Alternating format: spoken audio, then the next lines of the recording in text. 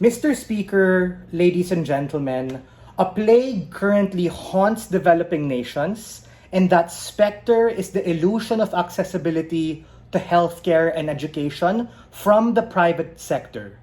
Time and time again, we see governments use private corporations as a scapegoat to throw under the bus and wash their hands clean of being able to allow people access to education and healthcare, of which we believe is a fundamental national and government responsibility.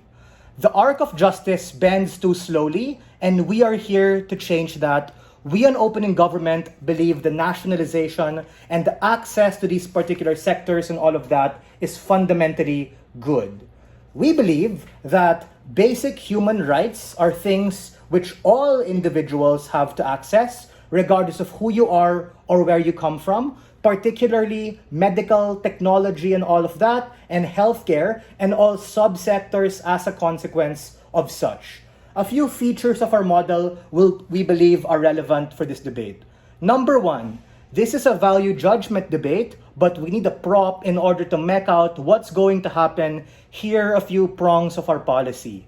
A, by developing nation, we mean a majority of Asia and Southeast Asia, Sub-Saharan Africa, and Latin America. Pretty much, if you are not developed, we're going to do this particular idea there because this is a value judgment.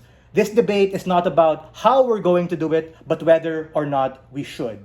B, nationalizing access means holding the state fully accountable to be able to provide care and access for education and healthcare in order to be able to do those things.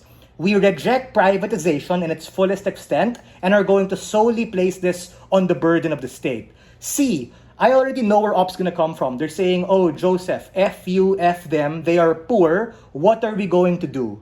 We think very clearly in our model, corporations, because of capitalism, greed, and meritocratic outcomes, because they're driven by utilitarianism, still have every incentive to still be able to help and distribute by working with the government, by ways which include but are not limited to public-private partnerships, joint ventures, or being a supplier, either vertically or horizontally in the supply or value chain. They just won't be the ones primarily operating or owning stake in these particular things. D, what we mean by sectors are everything that ranges from production, consumption, and distribution. Meaning, in education, it probably looks like direct access to public schools and universities and colleges, as well as review centers, all of that with the goal to be able to help propel people into the workforce to be able to have access. For healthcare, this probably looks like state-run clinics and hospitals, medical suppliers, emergency response, etc. Second part of the policy is what is the comparative and why is status quo shit?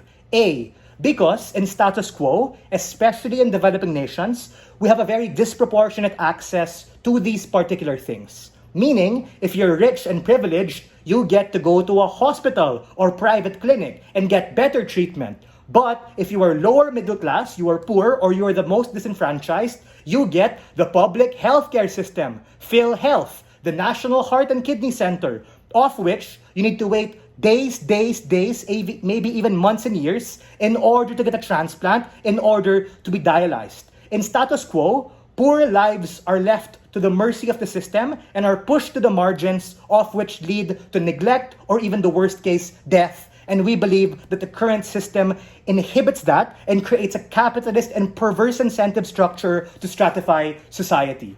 B, the second part here, is that there is just no incentive structure for public schools and hospitals to get better, precisely because the alternative of private clinics exists. Meaning, you're at the mercy of corporatocracy and the invisible hand, who we believe we should chop off and is not working. Capitalism has failed us. Case in point, private clinics and corporations, even the ones we see in malls, just have higher margins because of that corporate greed and that priority to be able to generate a profit for your shareholders. I understand that corporations are rational, but they're just not as benevolent compared to the state, who has capacity through funding and budgets which they collect from taxpayers to be able to make this better. Meaning, take a look at how long people actually spend in the ICU and how expensive that is, Bros, it's 2025 and oh my god, a night in the fucking ICU is 100,000 pesos. Meaning, if you are a middle-class individual or someone from the lower classes, you are literally one dengue, one malaria away from absolute bankruptcy, and we think that is ultimately a disgrace.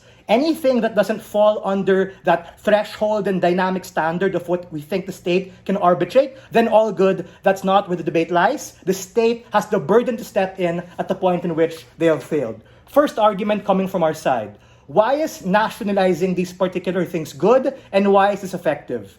The way you should be able to arbitrate this debate is on three key metrics. Number one, where can we get better access to healthcare? By better, meaning a wider coverage and cheaper access. Number two, more control by the state on healthcare and education, creating a capitalist check and balance against the harms of capitalism, wherein they're able to keep corporations at check and be able to control that. And C, a principle on state paternalism in terms of them being able to do it. My layer of analysis here is very simple. We think that absent this particular part in this debate, can someone mute please?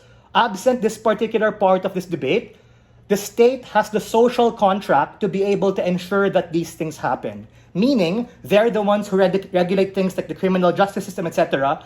This is not a debate about who is better, private or the state. But this debate is an evaluation of hierarchy and how it's going to work, meaning under the government, they're going to be able to control all of this, and private corporations and all these external stakeholders the other side will talk about are probably going to be under them, as opposed to in status quo where it's bahala na. All these things in a free market are going, and that's exactly why public healthcare and public education continue to be so ass at the point in which you can just pray and hope that corporations will make it cheaper and more accessible. What have we told you coming from our side?